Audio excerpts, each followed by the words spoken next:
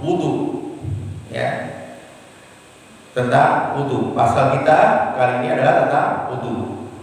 Nah, wudhu, ya, jadi kalau sebelum kita melakukan ibadah, terutama sholat, maka kita terlebih dahulu kita bersuci. Nah, salah satu bersucinya adalah wudhu.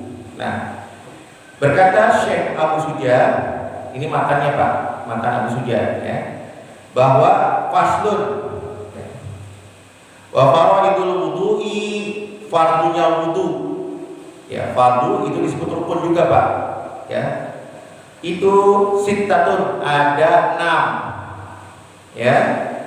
Yang pertama adalah niat, an-niyatu, ya, indal ghusl wajhi, ya, niat, ya, niat wudu itu ketika kita membasuh wajah. Jadi niat itu bukan dibaca ketika mencuci tangan Pak. Niat itu dimulai kita ketika membasuh wajah. Nah ini. Jadi rukun pertama adalah niat, ya, niat. Yang kedua adalah membasuh wajah. Nah, itu rukun wajib Pak, ya, rukun wajib. Nah yang kita bahas adalah niatnya Pak. Niatnya terlebih dahulu, ya. Jadi kali ini kita membahas tentang niatnya. Nah kemudian di samping fardu, ya, fardu wudu, ada syarat-syarat wudu Pak. Ya, jadi di dalam kitab ini ada syarat-syarat wudu, ya. Di antaranya syarat wudu al-Islam, yaitu orang yang beragama Islam. Ya, jadi harus orang yang beragama Islam, maka tidak sah orang kafir berwudu Pak. Ya, tidak sah orang kafir berwudu, ya. Nah itu. Yang kedua, di sini dikatakan al-mumayyiz, ya, mumayyiz, ya. Mumayyiz itu apa Pak? Tamyiz atau mumayyiz? Apa? Tamyiz itu seseorang yang belum balik tapi bisa membedakan mana baik dan benar. Bisa diajarin Pak. Ini nggak boleh loh, ini boleh. Itu namanya tamyiz, ya, tamyiz. Jadi anak kecil yang sudah bisa membedakan mana baik dan mana benar, mana salah, ya, itu dikatakan tamyiz. Ya, makanya dia bisa bermuamalah Pak. Ya, bisa bermuamalah, bisa beli bakso. Nah, gitu kan? Dia udah tahu tuh, udah paham, itu namanya tamyiz, yang memayyiz, ya. Jadi syarat berwudu, ya, bukan harus balik Pak, tapi anak kecil yang sudah bisa membedakan mana baik dan buruk itu sudah diperbolehkan. Nah, itu masuk syaratnya wudu. Yang ketiga di dalam kitab, di kitab ini Pak, ya, wa tuhuriyatul ma, air yang suci dan mensucikan. Jadi harus air yang suci mensucikan, atau yang disebut kemarin kita bahas namanya air mutlak.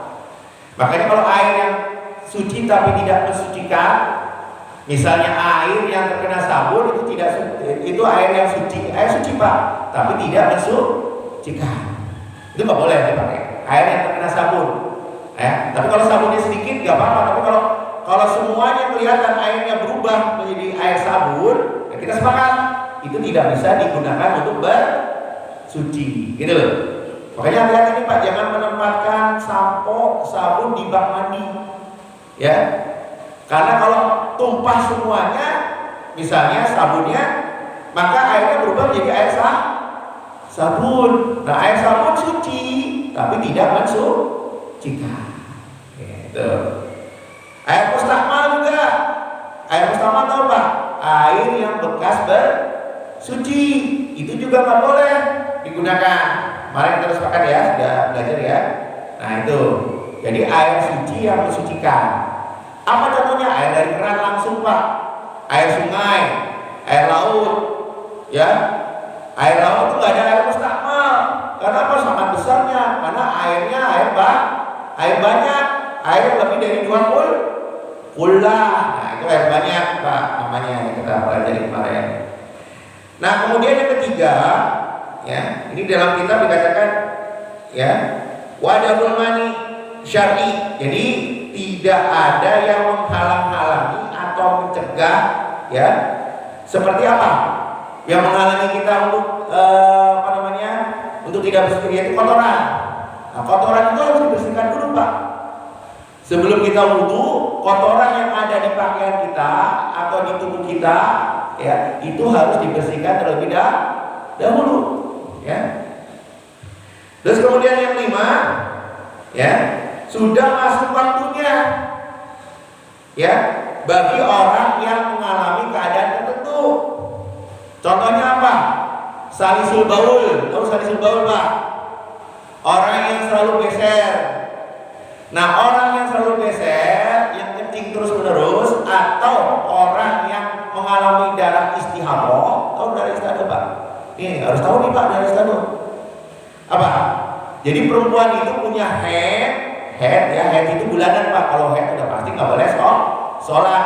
Tapi kalau dia keluar darah istihadah, itu tetap wajib sholat. Jadi darah istihadah adalah darah yang di luar waktu head. Itu darah penyakit Pak. Nah, dia hanya bisa, ya dia tetap berkewajiban sholat. Nah, wudhunya itu hanya ketika masuk waktu sholat. Kemudian orang yang beser juga harus masuk waktu sholat. Kalau di luar waktu sholat nggak bisa Pak. Ya, di luar waktu sholat ya, di luar waktu sholat dia tidak bisa. Nanti ada penjelasannya, insyaallah, ya. Nah, jadi orang yang beser, kencing terus menerus, orang yang mengalami istihadah, darah penyakit bagi wanita, atau orang yang kentut terus menerus, ya karena udah los, maka ini ada syarat dan ketentuan berlaku Pak, yaitu sudah masuk pada waktunya, waktu azan, waktu sholat. Nah itu. Kalau di luar waktu itu dia nggak bisa, wudhu nggak bisa, karena dia batal terus Pak. Ya kan dia pasti batal terus. Oke, sampai sini syarat wudhu paham ya? Paham ya? Kita pelan-pelan aja Pak, yang penting paham nih di sini. Nah, kita belajar bahwa fardu wudhu